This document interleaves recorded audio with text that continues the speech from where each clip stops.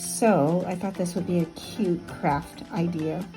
I bought this at the Five Below. It's a little, I guess like a teacup, and it has like a little slot there. It has to go in this direction, so it's gonna be kind of weird because it has the handle here and the handle here, but it has to go, that's how it sits.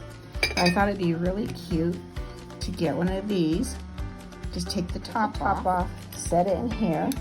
Make sure you push it up against the back part so you don't get these little glass marble beads from the dollar store. You don't want to get it stuck behind there because you want the sun to shine in there.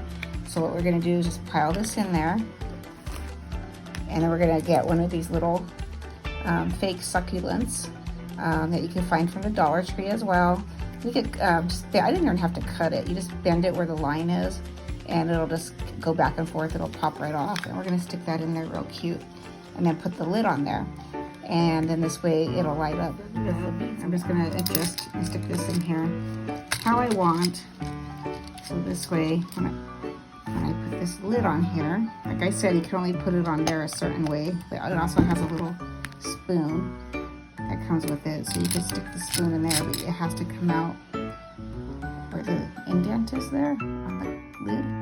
I thought these were cute. They had like a little panda, I think, if I remember correctly. Put it like that.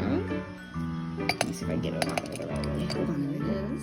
And I'll see if I put it in a dark place so you can see how it looks. So this is what it looks like when the lights are off and the little solar light is charged. I was kind of thinking too how they have the plastic little pieces that look like glass. You don't normally find them at the pet store. They're clear. They come in different colors too. I was thinking those might look really good in there because they're just a different shape.